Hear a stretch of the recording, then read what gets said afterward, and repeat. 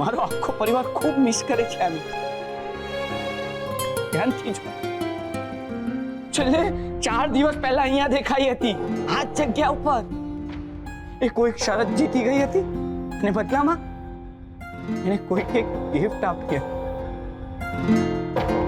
બસ એ gift મળી છે ને ત્યારથી જે ગાયબ થઈ ગઈ છે એનો કોઈ જ પત્તો નથી. કોઈ જ પત્તો નથી.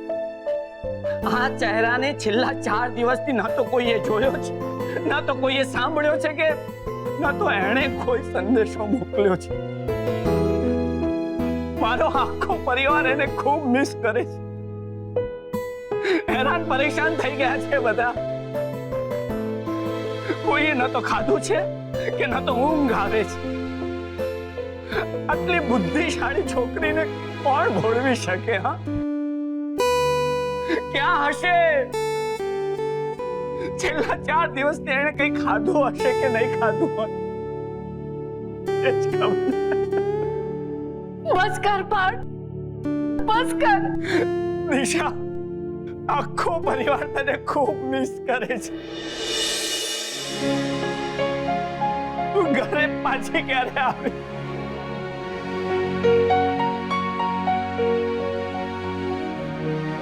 Sorry, sorry.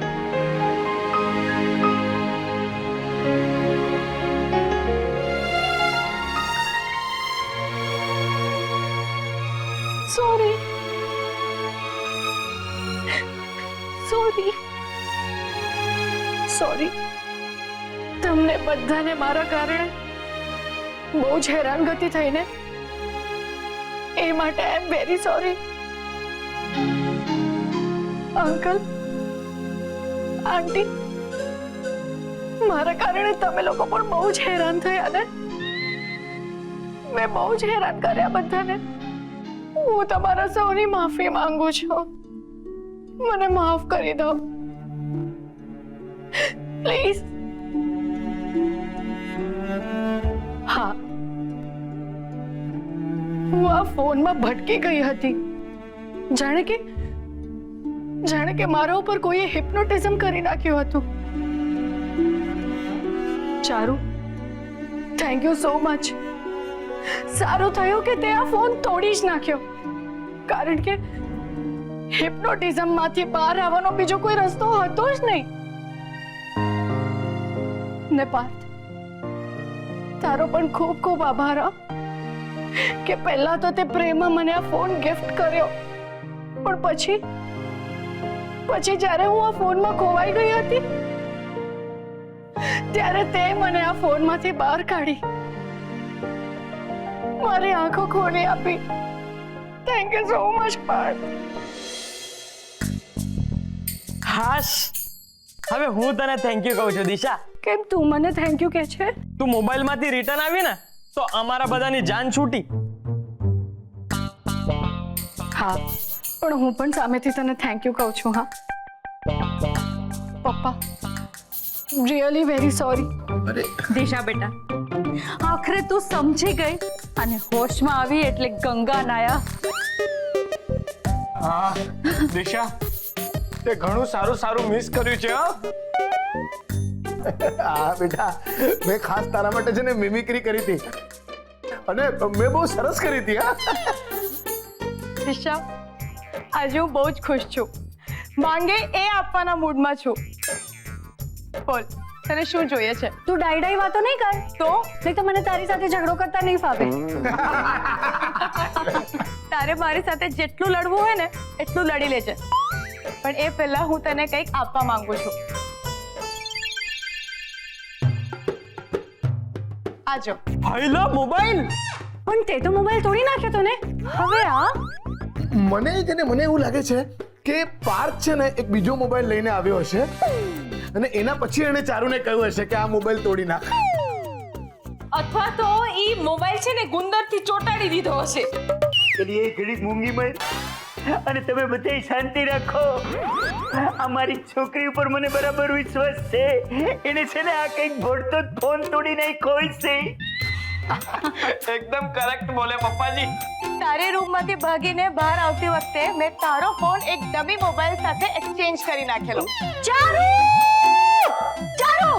મારો ફોન પાછો આપી દે ચારુ, તને હું નહીં છોડું. ચારુ, મને એમ થયું કે તે સાચો મોબાઈલ તોડી નાખ્યો. લે, એમાં મોબાઈલનો શું વાંક? અરે મોબાઈલ તો તોડવાનો જ નહોતો. હા, અને દિશા, આ મોબાઈલ છે ને એક સાધન છે, અને આજના સમયમાં આ સાધન ખૂબ જ આવશ્યક છે. એટલે છે ને મોબાઈલનો વ્યવસ્થિત ઉપયોગ કરવો જોઈએ. અને આપણે સૌ જો મોબાઈલનો વ્યવસ્થિત ઉપયોગ ન કરીએ તો વાંક મોબાઈલનો નથી, આપણા સૌનો છે. અમારે મોબાઈલ નહોતો તોડવો દિશા. તારા મગજમાં ઘર કરી ગયેલા મોબાઈલના ભૂતને તોડવું હતું. Thank you so much Parth. પણ ચારુ, પાર્થ, તમને બંનેને મારા ઉપર ખરેખર એટલો ભરોસો છે કે હવે હું મોબાઈલ સારી રીતે વાપરીશ? અરે ઓફકોર્સ દિશા, તું કઈ મૂર્ખ નથી. હા, હું તારો ભાઈ છું, હું તને બરાબર ઓળખું છું. તને છે ને કોઈ વસ્તુના પ્લસ માઇનસ પોઈન્ટ સમજાઈ જાય ને પછી તું એવી ભૂલ ફરીથી નહીં કરે ને એવી મને 100% ખાતરી છે. એટલે એ પાર્થ, આ તે બહુ જબરો ઉપાય ગોતી કાઢ્યો. મારો હરોલો હરપ એટલે કે સાપે ન મર્યો અને લાકડી ભાંગી નહીં અને ડંખનું ઝેર પણ નીકળી ગયો. દિશા, આલે તારો ફોન. લે ચારુ, આપી દે. લે હગ.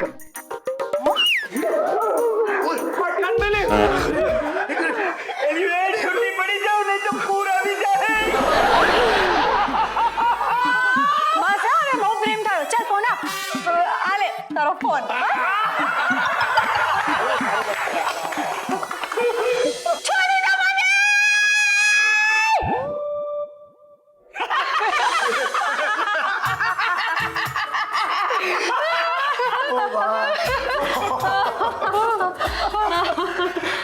અત્યારે તો મને એવું લાગે છે કે હું જાણે કઈ દુનિયામાં જતી રહી હતી. હા દિશા, તું કોઈ બીજી જ દુનિયામાં જતી રહેતી અને પાછી અમને દેખાતી હતી, પણ તને અમે કોઈ નહોતા દેખાતા. એકદમ સાચું બોલી મમ્મી તું. અરે અમને બધાને દેખાતું તું. દિશા, તું જઈ રહી છે ત્યાં પહોંચી અને અટકી ગઈ. પછી બીજી દુનિયામાં તું ફસાઈ ગઈ.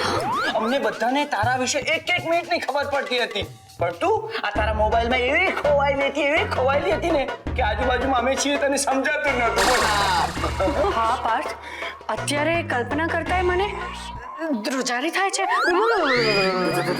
ધ્રુજારી થાય છે? ખાલી ધ્રુજારી થાય છે? અરે એક પોઈન્ટ પર તો મને એવી શંકા થવા માંડેલી કે દિશા આ મોબાઈલના બંધનમાંથી મુક્ત થઈ શકશે જ કે નહીં. ક્યાં બાત હે. રાતના 3 વાગે ચા?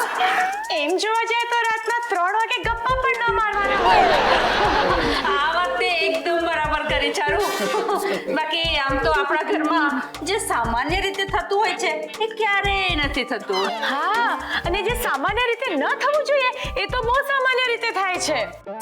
પણ મને પૂછો ને તો મને આવી શંકા ક્યારે નહોતી ગઈ કે દિશા આ મોહમાંથી બહાર આવશે કે નહીં આવે. મને તો 100% ખાતરી હતી.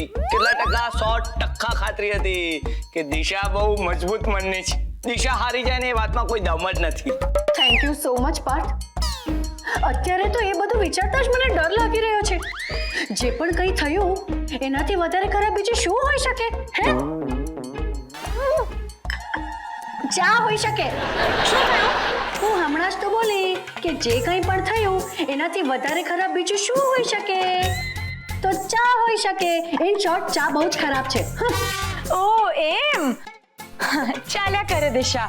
હવે કોઈની ચા ખરાબ હોય તો કોઈનું વર્તન ખરાબ હોય. તું મને ટોણો મારે છે? હા, દિશા, બંધ બેસતી પાઘડી લાગતી હોય ને તો તને પહેરી લેવાની છૂટ છે. હા, ઓકે ચારુમતી, પણ તારી જાણ ખાતર તને કહી દઉં કે મારું વર્તન ચોક્કસ કારણથી અને ચોક્કસ સમય માટે જ બગડી ગયું હતું, કઈ હંમેશા માટે નહીં. ઓકે દિશામતી, અને મારી ચા પણ કોઈ ચોક્કસ સમય જ ખરાબ થઈ હશે, હંમેશા કઈ ખરાબ નથી હોતી. Okay, not okay. એટલે તું શું કહેવા માંગે છે કે મારી ચા હંમેશા ખરાબ હોય છે? એક મિનિટ ચારુ. દિશા, તને આ ચા ખરાબ લાગે છે? ઓફ કોર્સ પાર્થ, આનાથી વધારે ખરાબ ચા મેં છેલ્લે ક્યારે પીધેલી ને એ મને યાદ નથી.